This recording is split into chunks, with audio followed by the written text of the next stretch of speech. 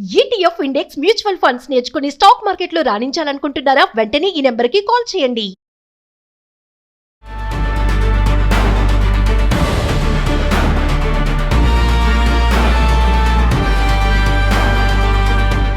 నమస్తే, welcome to Suman TV. Present మనతో పాటు ఉన్నారు అనలిస్ట్ మందకృష్ణారెడ్డి గారు. నమస్తే సార్. నమస్తే అమ్మా.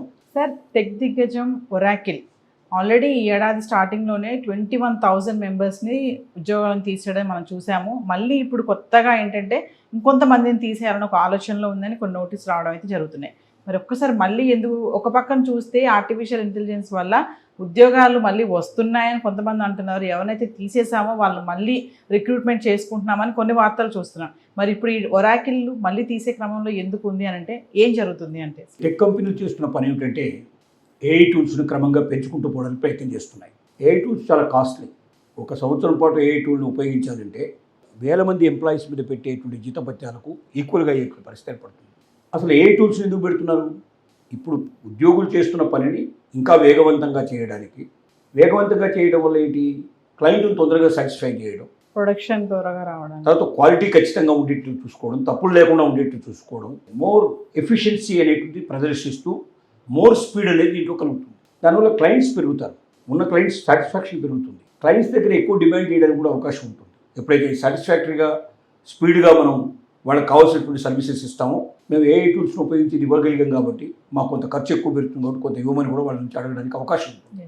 ఇలాగా తన బిజినెస్ ప్రణాళికను విస్తరించుకోవడానికి వీలుగా టెక్ కంపెనీస్ ఏఐ టూల్స్ని ఎక్కువగా తీసుకుంటున్నాయి. మరి ఏఐ టూల్స్ను తీసుకున్నప్పుడు అంతకుముందు ఉన్నటువంటి ఎంప్లాయీస్ చేసే పనినే ఏఐ టూల్స్ చేస్తున్నాయి కాబట్టి ఆ ఎంప్లాయీ యొక్క అవసరం ఉందా అని క్వశ్చన్ వేసుకున్నప్పుడు ఆల్మోస్ట్ ఆ ఎంప్లాయీస్ యొక్క అవసరం లేదు.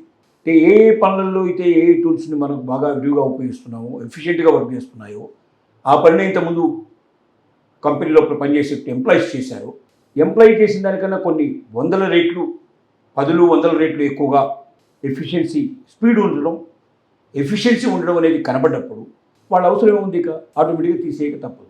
ఎందుకంటే దీని దగ్గర ఎన్నింటి భరించగలిగే శక్తి ఉండవు.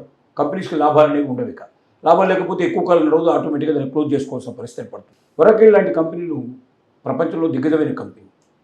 కంప్యూటర్స్ క్లౌడింగ్లో వాళ్ళకు చాలా పేరు ప్రఖ్యాతులు ఉన్నాయి. వాళ్ళు 151 మంది ఎంప్లాయీస్ సుమారుగా అక్కడ పనిచేస్తున్నారు ఇంతకుముందు గతంలో. దాంట్లోంచి ఒక 21,000 మందిని ఆల్రెడీ తీసేశారు. సో సుమారుగా ఇప్పుడు 120,000 పైన అక్కడ పనిచేస్తూ ఉన్నారు. వీళ్ళల్లో కూడా ఇంకా కొంతమంది తీసేయాల్సిన పరిస్థితి ఏర్పడుతుంది. కారణం ఏంటంటే గత సంవత్సరం వాళ్ళ బడ్జెట్ తీసుకున్నట్టయితే దాదాపు 55.7 బిలియన్ దాదాపు ఉంది. అది ఈ సంవత్సరం ఇంకా పెంచడానికి ప్రయత్నం చేస్తూ ఉన్నారు. దానికోసం అప్పు కూడా తీసుకోవాల్సిన పరిస్థితి ఏర్పడింది. $43 బిలియన్ అప్పు కూడా ఉంది. $40 బిలియన్ పైన అప్పు తీసుకున్నారు. మరి ఇంకా పెంచడానికి ఒకవైపున అప్పు తీసుకున్నారు, ఇంకోవైపు పెంచడానికి ప్రయత్నం చేస్తూ ఉన్నారు. ఇవన్నీ ఇంత పెట్టుబడులు అడిషనల్గా తీసుకొచ్చి దీంట్లో పెట్టుబడి పెట్టాలంటే అటువైపున అది భరిస్తూ, ఇటువైపున ఎంప్లాయీస్ని భరిస్తూ, ఇటువైపు ఏ టూల్స్ని భరిస్తూ ఇన్ని రకాలుగా కంపెనీ నిలబడగలిగే పరిస్థితి ఉండదు. కాబట్టి ప్రత్యామ్నాయంగా ఏఐ టూల్స్ కోసం చేసే ఖర్చు కానీ, తెచ్చినట్టు అప్పుకు వడ్డీ కట్టడం కానీ, ఇలాంటి వాటిని దృష్టిలో పెట్టుకొని ఎంప్లాయీస్ని వీలైనంత వరకు తీసేయడానికి ప్రయత్నాలు జరుగుతున్నాయి. ఇప్పుడున్న వాళ్ళల్లో కూడా ఇంకా కొంతమంది కోత విధించబడవచ్చని, అది కూడా సుమారుగా 21 లక్షలు 21,000 మంది ఉండడానికి పాసిబిలిటీస్ ఉన్నాయని కూడా వార్తలు వినబడుతున్నాయి. ఇది ఒక్క ఒరాకిల్ యొక్క పరిస్థితే కాదు. అన్ని టెక్ కంపెనీలు ఏదైతే పేరు ప్రఖ్యాతులు వహించిన టెక్ కంపెనీలు ఉన్నాయో, ఎవరైతే ఏఐ టూల్స్ వైపు మళ్ళారో, ఏఐ టూల్స్ ప్రాముఖ్యత ఇచ్చి ఏఐ టూల్స్ను తీసుకుంటున్నారో వాళ్ళు అనివార్యంగా ఎంప్లాయీస్ని తీసేయాల్సిన పరిస్థితి ఏర్పడుతుంది. అంటే కొంతకాలం పోయిన తర్వాత ఇలాగా స్లోగా వెళ్ళి చివరికి అసలు టెక్ కంపెనీలో పనిచేసే ఐటీ ఎంప్లాయీస్ యొక్క అవసరమే లేకుండా ఏఐ టూల్స్ లోపల ప్రావీణ్యత సంపాదించినటువంటి నైపుణ్యం ఉండేటువంటి వ్యక్తులను మాత్రమే తీసుకునే పరిస్థితి ఏర్పడుతుంది. కాబట్టి ఐటీ కంపెనీలో ప్రస్తుతం పనిచేస్తున్న వాళ్ళందరూ కూడా ఏఐ టూల్స్ మీద ప్రావీణ్యత పొందడానికి ప్రయత్నం చేస్తున్నారు. ఎవరైతే దాంట్లో సక్సెస్ అవుతారో, ఏఐ టూల్స్ యొక్క పని విధానం వేరు, ఐటీ కంపెనీ యొక్క పని విధానం వేరు. అంటే టోటల్గా తను మార్చుకోవాలి. ఇప్పటిదాకా ఏళ్ల తరబడి చేసినటువంటి పనికి భిన్నమైన ఒక పనిలోకి అలవాటు పడడానికి ప్రయత్నం చేయాలి. అది అందరి వల్ల కాదు. కొన్ని మైండ్ సెట్ ఎట్లా ఉంటాయంటే ఆ పనికి అలవాటు పడ్డారో అదే జీవితం అయిపోతుంది. మళ్ళీ కొత్తగా నేర్చుకొని మళ్ళీ కొత్తగా దాంట్లో డెవలప్ అయ్యే పరిస్థితి, అంత ముందుకు చుచ్చుకొని పోవాలంటే అందరికీ సాధ్యం కాదు, కొంతమందికే సాధ్యం అవుతుంది. ఎవరికైతే సాధ్యం అవుతుందో, ఎవరైతే ఏ టూల్స్ వైపు తన ప్రయాణం మొదలుపెట్టారో, దాంట్లో నైపుణ్యం సాధించారో అలాంటి వ్యక్తులకి అక్కడ అవకాశం కల్పించాలి.